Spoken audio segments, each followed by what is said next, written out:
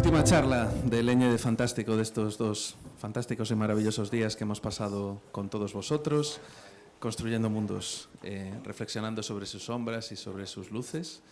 Y tenemos pues la mesa cuajada de estrellas, ¿no? Tenemos a Lauren Sick, Baldur's Gate 3, tenemos a Sara Costa, Moonlighter y May Seekers, Alice of Legends Story. Sara y yo compartimos ese honor que hemos tenido de ser españoles en el universo de League of Legends y es maravilloso que eso haya pasado, que pase más. Tenemos a Harry, director creativo de Returnal, y tenemos a Jakub, director narrativo de The Witcher 3, de Cyberpunk y de un juego maravilloso del que sabremos más en los próximos meses. Entonces, en esta última mesa, pues vamos a plantearles cuestiones interesantes y algunas de ellas controvertidas, yo tengo varias, a nuestros maravillosos invitados. Y la primera que les querría plantear es una reflexión que hizo Ursula K. Le Guin en su discurso de 2014 aceptando el National Book Award, en el que dijo que los creadores de mundos tenían una responsabilidad más allá de entretener. Y es que cuando nosotros nos enfrentamos a un nuevo mundo, este nos da otra visión aparte del que tenemos. Y que teniendo en cuenta lo tenebroso que estaba viendo, y era 2014, el presente, creía que los creadores de mundos teníamos la responsabilidad en general, cualquiera que se dedique a eso, de plantear mundos mejores, de plantear cosas que se pueden cambiar, cosas que damos por asumido que se pueden cambiar. Alguna de ellas puede ser muy grande, como el capitalismo en general, y otra a lo mejor muy pequeña. Entonces me gustaría plantearles a todos ellos que compartan algo que les gustaría cambiar a través de su creación de mundos, de este mundo en el que vivimos.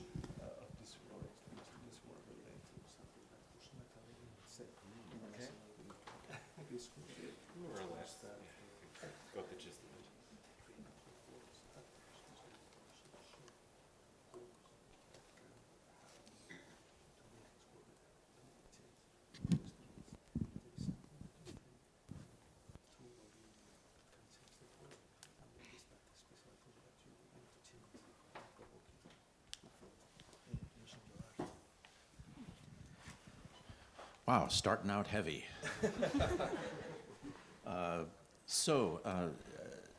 Certainly,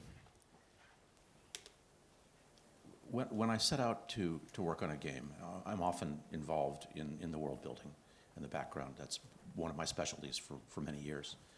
And it's critical to understand both the genre of the game you're making, because that's the expectations that the players have, and the themes that you're trying to convey, because that's what we as the developers are trying to touch on. And these things need to be congruent. They need to work together. So you need to develop a world that both pays off on the expectations of the players or the audience, if it's a different medium, as to what kind of entertainment or fun they're going to have, for starters. And then later you switch it up on them and fool them. But that's later. But you start by meeting their expectations. And then you have to, within that genre, have a world of conflict and characters within those conflicts who feel recognizable and relatable to the people who are in the players or in the audience, because otherwise it won't connect and your themes will fall flat. I mean, this all sounds very basic, but you go back to it time and again when you're building a world to make sure that these are the touchstones that you are paying off on, that you're achieving. So, in Baldur's Gate 3, for example, we had themes of that related to real-world issues, both socially, in that we had refugees and conflict around finding places for them and how much can you do. And we had themes around personal trauma in the characters and companions related to the social background that they came from that was in one way or another problematic or oppressive. And these themes dovetail, they work together in the setting because we very consciously set out to make them do so. And then once you set out consciously to do it at first, right? And then it just becomes the look and the feel and the tone of the game that everybody gets, and they're all working together, and then it's tacit. It's just baked in, and you don't have to keep reminding people of it all the time because they understand, and you're all making the same game in the same world. So it's really important that you have these kinds of relatable themes that, because otherwise you can't have real characters that touch people's hearts. And the thing about role-playing games, because you're in them as the protagonist, that is so moving, is that you are making these decisions and you are touching these people and you are interacting and having to deal with the moral quandaries of the themes of whatever your world is built around. And that's what gives it impact. That's what makes it memorable. If you don't do that, you're just making a light and shallow entertainment that people will start to forget as soon as they're done. You know, that's not aiming high enough. Sorry, I went on and on. That's fine. I guess we're done for tonight. I have this. Oh, yes, you got one. Traduzco, ¿no? Es una pregunta difícil. Desde luego, cuando uno empieza un juego, pues tiene que tener un background firme, ¿no? El trasfondo de la historia. Esa es su especialidad. Y eso es decisivo, ¿no? Hay que definir el género, hay que definir los temas, ¿no? Los personajes y lo que hacen, ¿no? Y eso tiene que ser todo congruente. Entonces, todo eso se desarrolla en un mundo en el que creas, donde pues, hay unas expectativas. Tienes que satisfacer esas expectativas de los jugadores, lo que se van a esperar y obviamente que se lo pasen bien, tiene que ser divertido. Y luego dentro del género definido y sobre ese background pues tiene que haber un mundo de conflictos que afectan a esos personajes y esos personajes tienen que ser al mismo tiempo reconocibles, tienen que ser relatable, es decir, te tienes que identificar, tienes que sentir empatía hacia ellos, hay que conectar porque de lo contrario no funciona. Hay que asegurar que esas touchstones, esas piedras de toque estén siempre presentes. En los últimos juegos que he hecho hay aspectos sociales, ¿no? Hay refugiados, hay conflictos que tienen que ver con encontrar lugares para esas personas refugiadas, hay cuestiones de la trama de los personajes que remiten siempre a ese background y esas cuestiones sociales que tienen que ver con el presente. Y todo esto funciona dentro del setting general porque así obviamente se ha planteado desde el principio, ¿no? Y una vez que esto se ha hecho, pues luego en el desarrollo del juego y en las distintas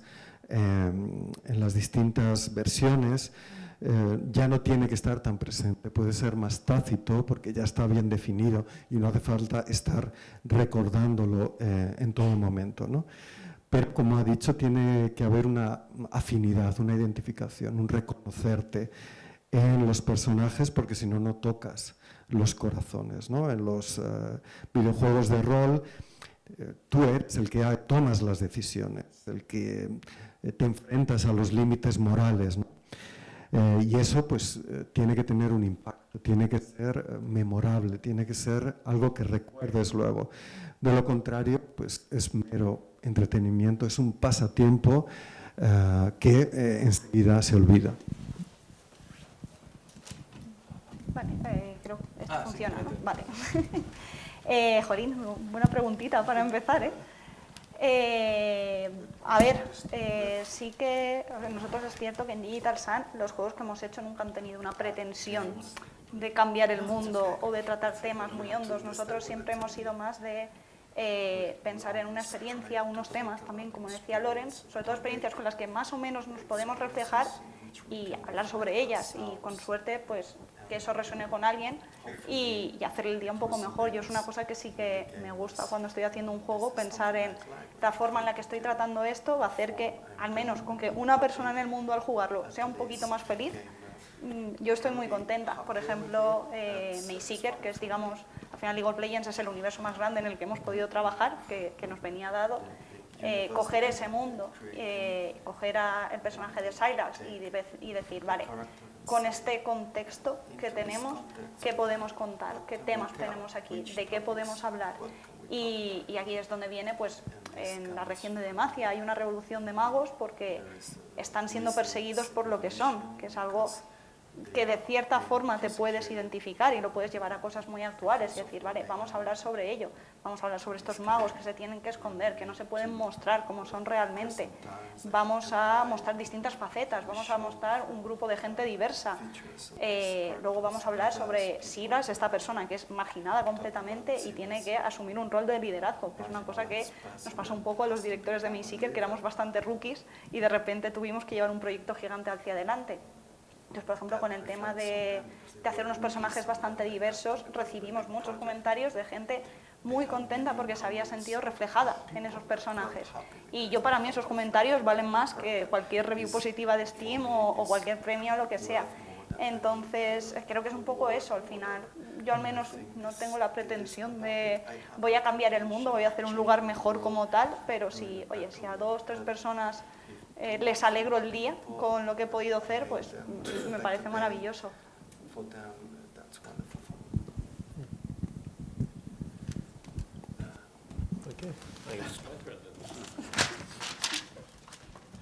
Yeah, so when building worlds, I think it's an interesting process, because I think anything we do is always destined to be an expression of who we are. Like everything is personal that we make, whether we like it or not. Everything tells something about who we are, and sometimes that's very conscious, and sometimes it's unconscious. And I think, as Lawrence was saying earlier, about having like some sensual themes, some some kind of meaning, sometimes you could even say some message behind like the art that we want to create. But some other times, like for me, for example, with Returnal, a lot of it was just following the rule of cool. And the thing is, sometimes you start with something that just speaks to you. It's like, yeah, I just want to have a giant skull in the desert. Why? Because skulls are cool. We can all agree on that, right? And then, but then you start thinking, like, why? Why do I want to have a skull in the desert, you know? And then you start thinking about it, you start drawing those connecting tissues back to the story, to themes of death, to themes of loss, to themes of injury, you know? And then before you know it, you actually have not just something that's cool, but something that is actually really symbolic and kind of really meaningful and a part of the bigger story. So I think, yeah, for me it was a combination of just having like some sensual themes and some things that I wanted to find a way to express, and just a bunch of other things that I thought, oh, these are really cool, and I just want to find a way to put them into the game. And through that process, that synergy, that's where the magic happens, I believe. And working with a team, everyone brings their own interpretations, their own sensibilities, and their own connecting tissue to make something that is cool, but also meaningful.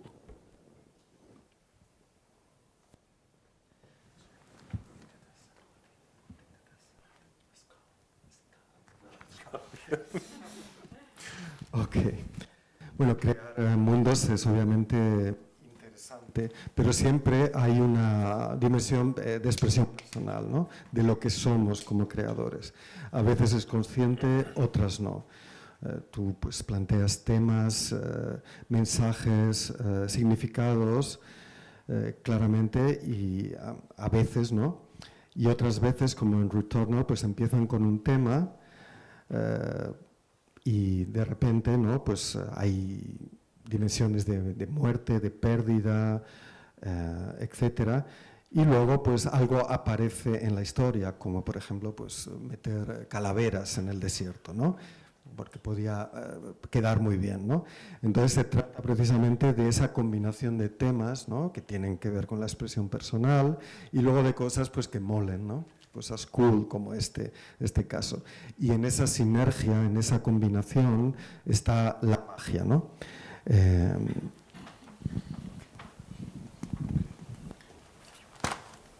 Well, I'm in an unenviable position of being the last person to ask this question, and I will have to try to think of something smart that hasn't been said yet. I'll do my best. I think I'll start by saying that I'm really glad that we're at a point where game developers are asked difficult questions, because I think for a very long time games were assumed to be toys, and so they weren't supposed to even attempt trying answering or tackling difficult questions. So first of all, I think it's great that we are at a point where we acknowledge that this medium has things to say. And also I would say that the fact that games on some level are toys, that they are supposed to bring entertainment, doesn't undercut the messages they're trying to say, because mammals learn to play, always. And it is by playing that you learn how to interact with the world and with other people. And usually the critical time of play ends as you're maturing. You don't have as much time to play. You grow all serious and boring. And I think what's magical about games is that they extend that opportunity for play and for exploration and activate imagination. And honestly, I can't imagine a better medium for experimenting with creation of utopias and dystopias, and allowing players to, by playing, to engage with the ideas that you're trying to present there. I think, yes, as creators, we do have a responsibility to make the most of this medium and the opportunities it presents. And it's very difficult for a number of reasons that I don't want to get into because I don't want to take over the meeting. But yes, I'm definitely of opinion that this medium has a lot to offer, and we are still growing into that role. But I think games will play a more important role in these discussions moving forward.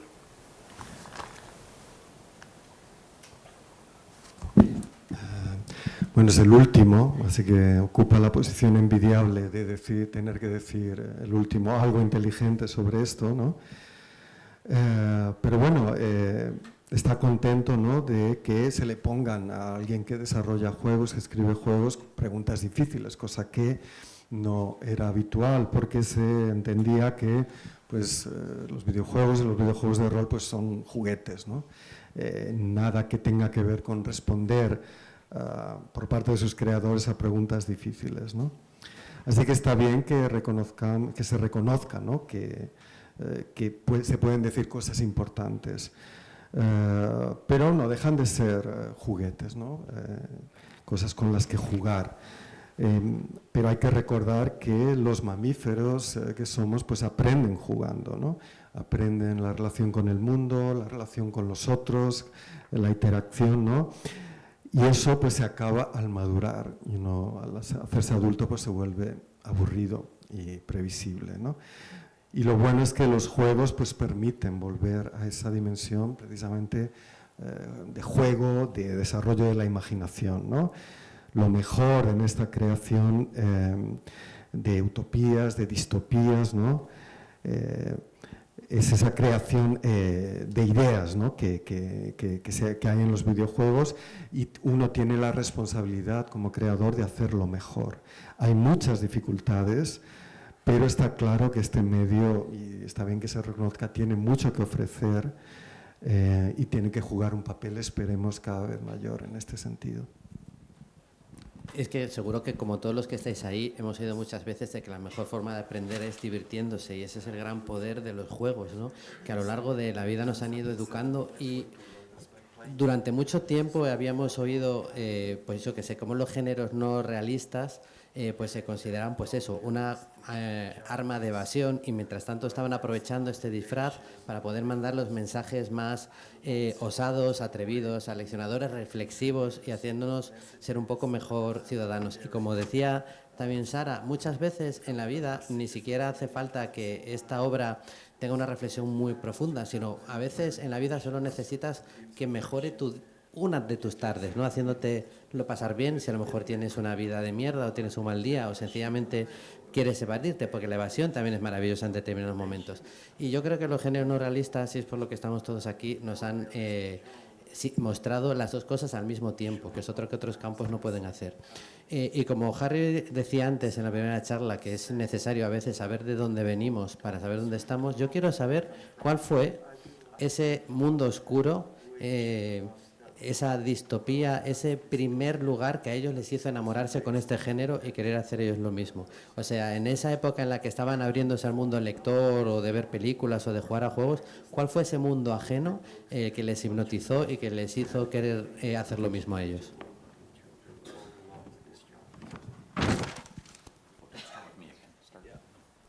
Jakub, you don't have to be the last, but you have to be the first now. Well, I would like to start by saying that, yeah, absolutely, there's nothing wrong with escapism, and I think it's a very human thing. And since times immemorial, we've been trying to get out of here and now and be elsewhere. And when Homer was singing about the deeds of Achilles at the walls of Troy, he was providing an opportunity for escapism to his listeners. And when our ancestors first figured out how to brew beer out of barley, that was also part of the idea, was to find a way to get out of their everyday experience. And games were also a very, very old pastime. Not video games, of course, but I'm an archaeologist by training, and I'm deeply familiar with you know, old games and palms and dice that we find at all archaeological sites. So again, I think to play is human. And as for the question, like which game made us fall in love with the medium and which imaginary world drew us in, for me it was Arathia from the Might and Magic series. And I have very, very fond association with this universe, and it's a high fantasy universe where it's very clear who's evil and who's good, and sometimes I wish things were as clear in the world that surrounds us.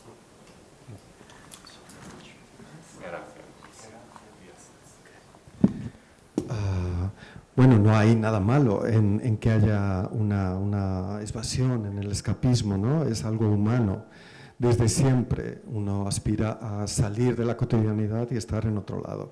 Desde Homero, ¿no? Que pues seguramente entretenía a sus oyentes hablando de las aventuras en Troya, etcétera, una forma de evasión. Nuestros ancestros también, ¿no? Pues la invención de la cerveza a partir de la cebada pues también servía para eso, ¿no? Esa evasión de lo cotidiano, ¿no? de lo habitual, ¿no? Es un viejo pasatiempo. Él es arqueólogo de formación y pues tiene constancia, ¿no? Pues de encontrar útiles de juego, ¿no? Dados y todo tipo de juegos en excavaciones desde tiempos inmemoriales. Y sobre la pregunta, ¿no? de cuál utopía o distopía o historia o universo le llevó a enamorarse de esta creación de mundos, pues él habla de Erathia, que es un mundo de fantasía, pero que tenía una característica que era una clara distinción entre el bien y el mal. Y bueno, a veces no está mal, ¿no? Muchas veces está muy bien que esté muy claro de dónde está el lado del bien y dónde está el mal. Gracias. So yeah, I guess there's a couple of things to unpack there. So one was about the escapism. And I think that, yes, in some ways, games and art in general, they are a way to escape kind of life in some ways. But in many ways, it's also kind of like the most direct way to experience life sometimes. So, and you know, art can be a teacher, it can be a mirror for us, and I think it's just food for the soul, you know, it's just something that we need to grow as people, to grow emotionally, to challenge our perception of the world, to expand our imagination. And I see a lot of value in that, even if it means neglecting our day-to-day responsibilities at times, the realities of life, so to speak. So, yeah, and I think the goal is always to just try to create, it doesn't always have to be a profound message, but I think there is something that we should feel. I think we are chasing a feeling, we are chasing something that is intangible, and something that is very personal for us. I mean, if all of us play the same game, we're going to have very individual takeaways, very different highs and lows, moments that we remember. So I think it's important to always carve out that space for the personal element to be there. I'm going on a tangent here, but that's fine. But yes, about what kind of things inspired me and pulled me into that world. Maybe I can actually just take a break so you can catch up and then I can go into that. Okay. Primero sobre la cuestión del tema, ¿no? de la evasión, ¿no? Que sea, bueno, pues a veces los juegos, pero en general el arte nos evaden de la vida, ¿no? Pero, y eso no está mal, obviamente, pero a veces también nos ayudan a tener una experiencia de la vida, ¿no? ¿Por qué? Pues porque el arte nos enseña, el arte es un espejo de la vida, es un alimento del alma, ¿no? Produce emoción, estimula la imaginación, y en esto hay mucho valor, ¿no? Aunque nos evada de la realidad de la vida cotidiana. El objetivo no tiene que ser un mensaje profundo, sino que lo que se busca es crear un sentimiento, crear algo intangible, pero al mismo tiempo muy personal, ¿no? Cada jugador pues tiene esa propia experiencia personal, muchos altos y bajos, pero esa dimensión de experiencia personal es lo fundamental. And very briefly, I'll just talk about some early influences as well, because I grew up in the 80s. That should tell you everything you need to know. But it was a time when it was like mankind's second album, you know, like we were just exploring like new ways of telling stories. Nobody knew where the boundaries were. They were making horror movies targeting kids. It was a really weird time. I mean, I watched like the uncensored version of like RoboCop when I was 7. You know, that probably explains a lot. But Terminator, you know, Gremlins, whatever, all of those classic kind of like horror, dark fantasy kind of experiences, they influenced me / traumatized me quite a bit from that young age. And from video games, I remember, I'd probably, if I had to say one thing, it'd probably be like the original Legend of Zelda, which was played quite beautifully on the piano before, by the way, as well. But I think that was the one thing that the one experience that really combined everything, the sense of adventure, the mystery, the curiosity, the hero's journey, the triumph, plus the beauty of art through music and those highs and lows. And the amazing graphics. Yeah, photorealistic. Bueno, sobre las influencias, él creció en los años 80, ¿no? Y eso ya pues dice mucho de lo que os podéis esperar, ¿no? Vivió en un tiempo en el que pues todos los géneros había una confusión, ¿no? de las películas de horror con las que él creció, como Robocop, que la vio con 8 años, y eso pues marca bastante, ¿no? Desde el punto de vista del trauma, ¿no? Había digamos, una mezcla de horror con mensaje, belleza, fantasía oscura, etcétera, ¿no?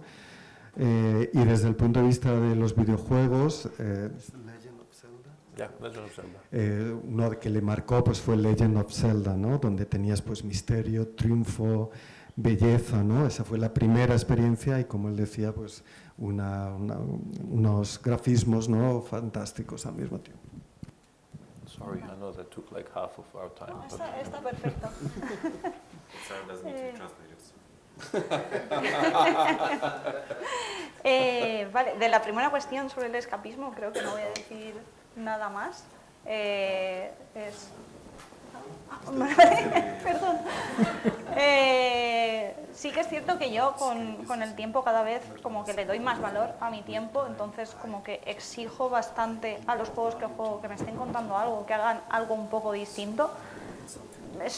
No soy de ponerme pues con el vino y a ver que me cambie la vida cada juego que juego, pero sí que sentir que me está contando algo, porque al final pues le dedico un tiempo y es un tiempo que aprecio mucho y quiero yo cuando acabo un juego decir, jope, qué bien me lo he pasado, cómo he disfrutado este tiempo. Entonces cada vez me sabe menos mal dejarme juegos a medias porque no me están aportando lo que siento que deberían estar aportándome. Eso no quita que al mismo tiempo, pues ahora por ejemplo me he hecho 2, 3, 4, 5 partidas al día al juego de cartas de Pokémon y también me lo paso súper bien y no espero que me dé nada más a cambio. Luego, sobre los mundos casi que me hayan inspirado, yo aquí estaba pensándolo y creo que tengo que hablar de dos por motivos distintos. Uno sería el mundo de Warcraft. Tiene un lore súper profundo, tiene mitología, tiene un montón de personajes, pero ya no es tanto por lo complejo que es todo ese lore, sino porque es un lore que he ido descubriendo mientras jugaba con amigos y hacía amigos. Entonces yo gracias al WoW tengo, digamos, mi grupo de amigos de ahora. Entonces la experiencia esa de descubrir un mundo mientras conocía gente y hacía amigos es algo que no había experimentado hasta ese momento y entonces yo por eso como que le tengo mucho cariño. Y luego, por otro lado, está el mundo de Hollow Knight, porque yo hasta ese momento, digamos, todos los mundos que conocía era porque tanto por supuesto libros y películas que te lo ponen todo aquí en la cara para que lo veas bien, pero incluso videojuegos también, la narrativa que te cuentan es aquí está el principio, el nudo y el desenlace, fin, no tiene más. Entonces Hollow Knight, al empezarlo a jugar y ver que no te cuenta nada y que fijándote en los detalles, viendo el environmental storytelling que le llaman, cómo vas tú sintiendo curiosidad sobre ese mundo, cómo vas enlazando cosas de, ostras, esto que he visto aquí junto con este enemigo que me he encontrado en este otro sitio, lo conecto y me hago una teoría y luego me voy y leo cosas sobre el tema. Entonces, como que me hizo ver la narrativa de una forma que no había visto antes y es una cosa que incluso a nivel de desarrollo me influencia mucho porque es como, vale, ¿cómo podemos contar esto sin escribirlo? Porque me parece como mucho más poderoso e incluso a nivel de jugador, como que yo me sentí muy recompensada por encontrar cosas que no estaban, digamos, puestas para que las encontrara de una forma tan evidente. Entonces, por motivos distintos, pero yo creo que esos dos mundos son a mí los que más me han atrapado. You. All right, I'm going to, I'll try to keep this short this time. But to Jorge's point about games as teaching tools, I think that they're among the most valuable teaching tools ever invented, but only if they present the things that they're teaching in an honest and relevant way. So nobody likes to be lectured at, right? Even though I'm doing that right now. But nobody likes to be lectured at. But games don't have to do that to get a point across. And this goes back to world building again. If you build a world that people recognize and feel sufficiently familiar with, that they can trust that things feel right, then you can give them choices, real choices. Let them choose to do things that you, as the developer, might think would be a good thing to do. Let them choose other things. Let them choose ambiguous things. Let them choose awful things.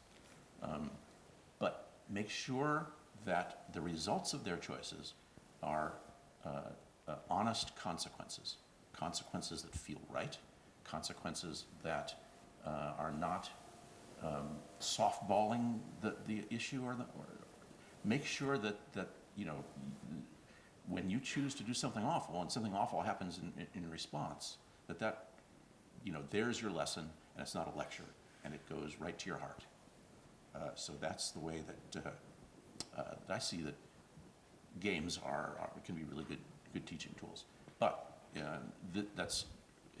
it only works in games that have a broad array of choices and then real consequences as a result of those choices.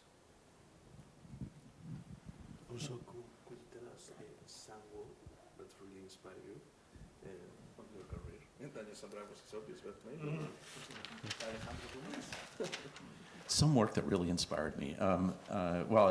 He mentioned Alejandro Dumas, the great French historical adventure author, and I just completed a 9-volume series of new contemporary English translations of all of Dumas' Musketeer novels, so obviously that means something to me. Swashbucklers means something to me.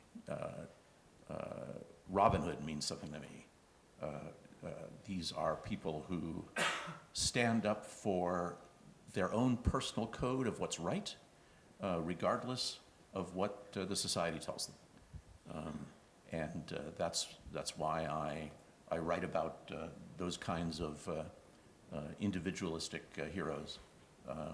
They show you how to do what's right without lecturing you. Mm-hmm. Instead, they just solve their problems by stabbing people.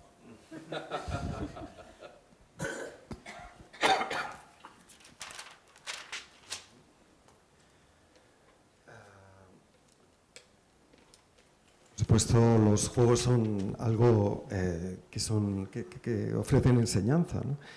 Y eso es lo mejor, pero no tiene que ser dar lecciones, ¿no? Esto solo se produce si se presenta esa situación que genera una enseñanza de manera honesta, ¿no? Se trata de crear juegos reconocibles, ¿no? Que sean sensibles, que generen un feel, ¿no? Y entonces, dentro de esa realidad, crear una situación en la que hay opciones reales, opciones y elecciones reales, ¿no? Elegir hacer cosas que pueden ser ambiguas, pueden ser horribles, pero los resultados tienen que ser honestos y, digamos, que generen consecuencias que no sean cómodas, ¿no? Que no importe asumir, sino que sean incluso terribles, ¿no? Pero al mismo tiempo honestas, ¿no? Y ahí hay una lección que tiene que ir directa al corazón, tiene que ser relevante, ¿no? Y eso es el juego como enseñanza, ¿no? Tiene que tener elecciones y tiene que tener consecuencias. Y luego, respecto a inspiraciones que ha tenido, como citaba Jorge, pues por supuesto Alexandre Dumas, ¿no? El escritor francés. Acaba de terminarse los 9 volúmenes de una nueva traducción inglesa de Los Tres Mosqueteros, eso dice mucho de su afición. Y luego también, pues... Swashbucklers, D'Artagnan, Three Musketeers. D'Artagnan y los Tres Mosqueteros y Robin Hood, es decir, gente que tiene un código claro de lo que está bien y mal en la sociedad, ¿no? Son héroes individuales que hacen lo justo, lo que es justo, pero sin dar lecciones, ¿no? Pues no sé si nos dará tiempo a abrir alguna pregunta más de público, vamos a esperar que sí, pero ya hay una pregunta, ya anticipé que quería hacer polémica a nuestros maravillosos invitados, y esta pregunta es sobre los mundos eternos. Tenemos ahora mismo muchas franquicias, algunas de ellas ellos han trabajado en ellas, League of Legends, Star Wars, The Witcher, Baldur's Gate, el universo cinemático de Marvel, que pretenden durar para siempre y que pretenden tener una enorme cantidad de productos en los que nosotros, la sociedad, pasa mucho tiempo. Y eso quita espacio para las obras originales. Y sé que, por ejemplo, en el caso de Larian o en el caso de Jakub, quieren hacer un cambio con respecto a eso, quieren hacer obras originales. Así que me gustaría preguntarles a pesar de lo mucho que nos gustan, por los peligros de universos que duran para siempre y por la necesidad de crear obras originales.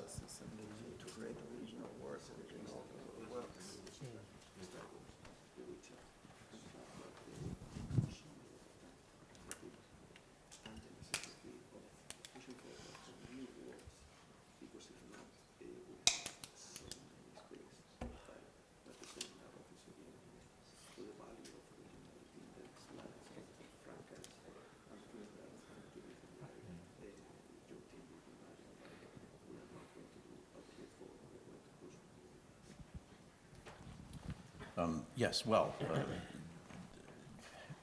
Angel has outlined the problem that constricts everybody who's working on really big games, which is they're so expensive. How are you going to pay for that? Well, the usual answer is you're going to do something in a franchise in a pre-existing world, a pre-existing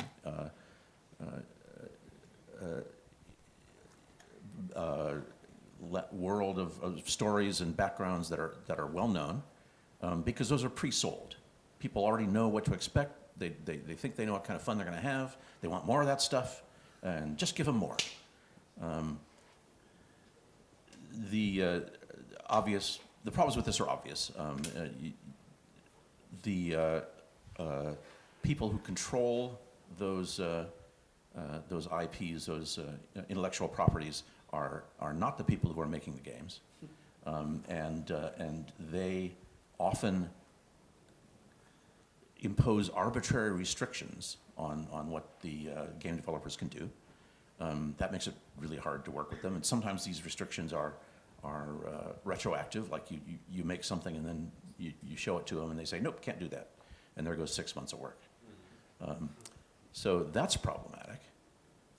Also problematic is that telling a story that's already been told in the same way it was told before isn't very interesting for the people who are telling that story.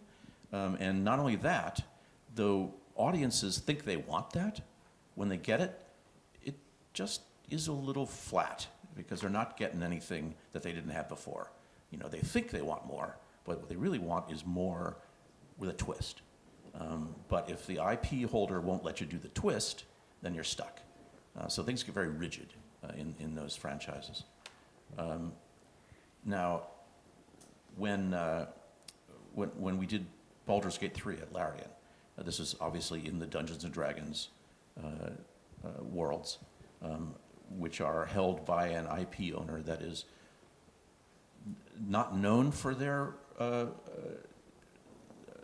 being open about letting people do what they want. So Larian went in with their eyes open and made a deal whereby they were pretty much allowed to do what they were, whatever they wanted, so that and the IP holder was so keen to get that title made that they agreed to it. Fortunately, then it turned out well, and they turned out to be happy because they got unexpected new stuff that they weren't planning on and aren't capable of doing themselves. So that was fine, but then the obvious thing was to follow it up by doing another D&D game, maybe Baldur's Gate 4. So we started working on that, and immediately there was the sense that we were doing what we'd already done, and it just didn't feel good. It wasn't exciting like it was when we were doing Baldur's Gate 3. And fortunately, Baldur's Gate 3 was sufficiently successful that it gradually dawned on us that we could make our own game. So that's why we decided not to make Baldur's Gate 4, and why we are now starting out on the very risky proposition of making a very expensive original game. But we're excited now. So that's what it's all about for us.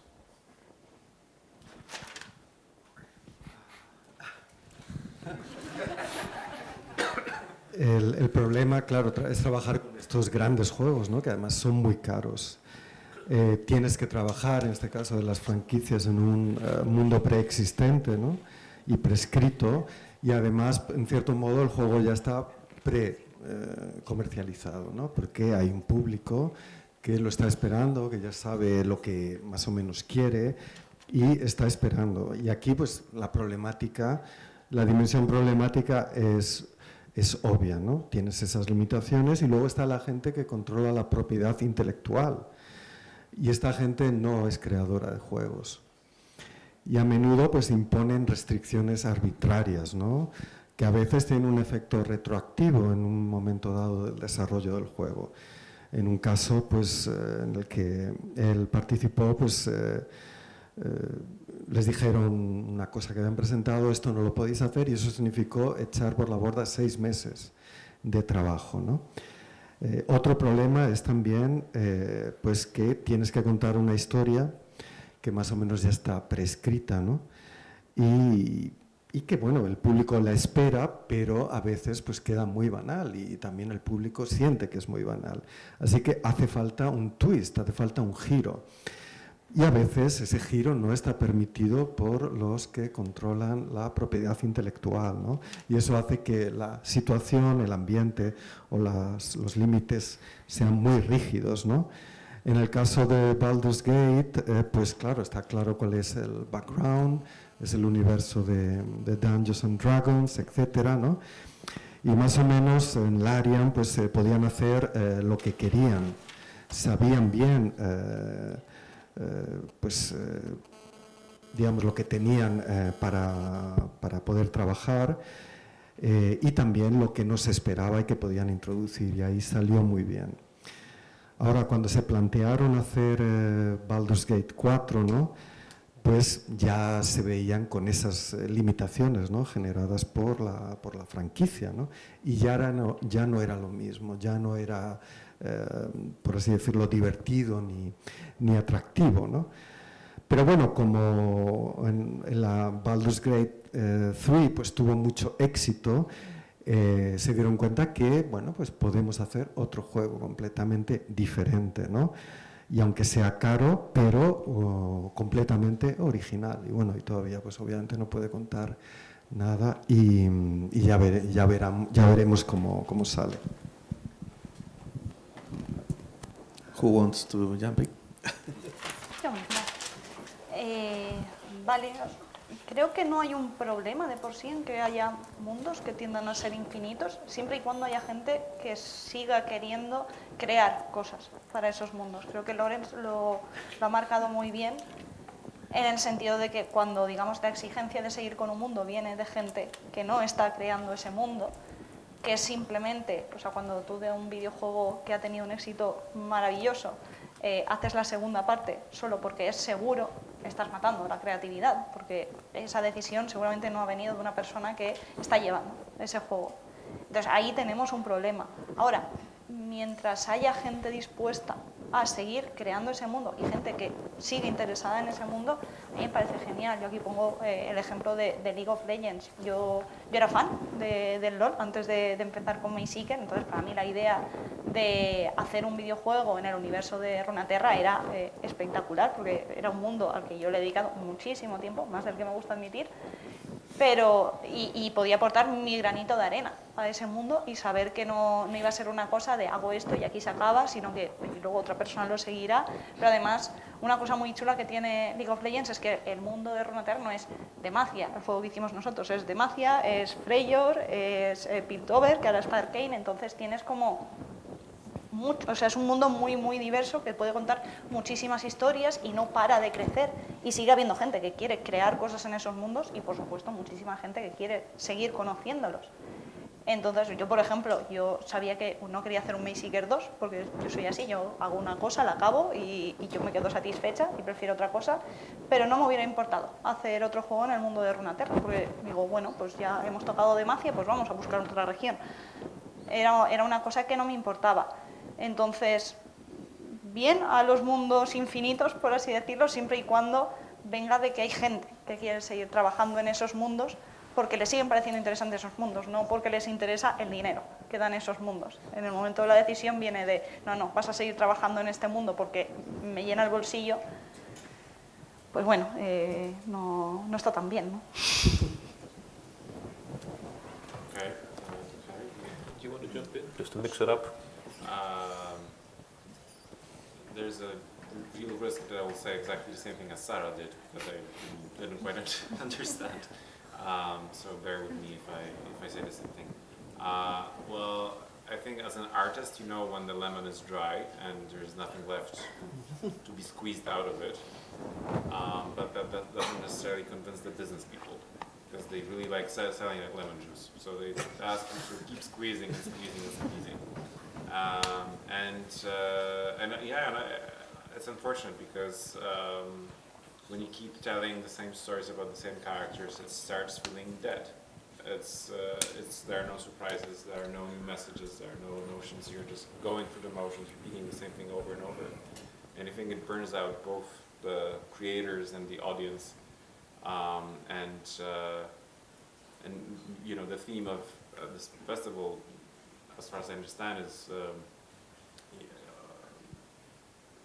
how can we remake the world, and like, you know, what are the things that would benefit from some critical thinking. And I think that capitalist logic of exploiting everything till you've left nothing, and you then go the extra mile, I think that's something that's hurtful to stories. And I think we would benefit from being a little bit more adventurous with telling stories that haven't been told before by voices that haven't been heard. I think we have more diversity and more interesting stories if we weren't fixated on the return value so much.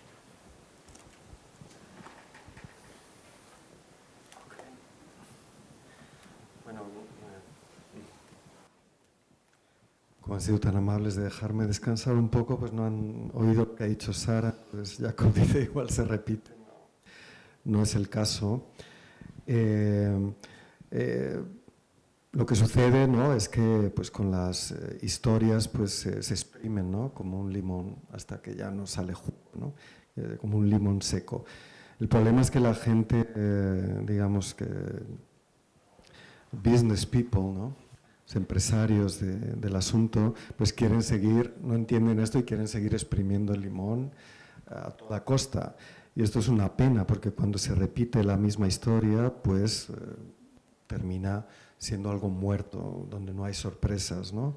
Una repetición que quema tanto a los creadores como al público, ¿no?, y en general, no solo en videojuegos.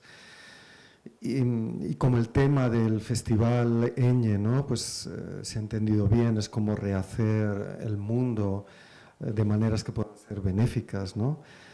Lo cierto es que la lógica del capital consiste pues, en explotar todo hasta que ya no da más de sí, ¿no? Y eso pues, es negativo, ¿no? Se trata precisamente de crear historias que son inauditas, historias originales, historias diversas, y no fijarse, ¿no?, y no depender del return value, es decir, del rendimiento económico que van a tener esas historias. Harry, you wrap up. Wrap up, okay, no pressure. Yeah, but I'm not sure I have that much more to say. I was going to say a very, very similar sentiment to Jakub. And the squeezing the lemon analogy, I think, is perfect. Because I think as creators that is exactly kind of our duty, to make sure that we squeeze every last drop of that lemon with every creative endeavor that we create, right? So it's like when we worked on, for example, on Returnal, that was designed to be a story with a beginning, middle, and end. And you know, I was living and breathing that world for like 4.5 years, you know, and I put a lot of love into it, as did all of the team, of course. And then the prospect now, even the idea of making a sequel to that game, is something that, as a creator, really does not excite me at all. I mean, could I do it if I had to? Sure, you could do anything. We could just create worlds, you can just, you know, add new characters, whatever. But there are some things that I think in art, they are intended to be singular. They are intended to be just, they are perfect as they are, and you cannot add anything to them without taking away something from them. From a business standpoint, I do understand that, you know, you make a successful product, hey, let's make another 5 sequels, let's run this thing into the ground. But I think it does start corroding also the value of that world, the more you add more entries to it without adding that much more meaning. So as a creator, I'd always like to, ideally, I would always like to have the luxury of embarking on new adventures in new worlds.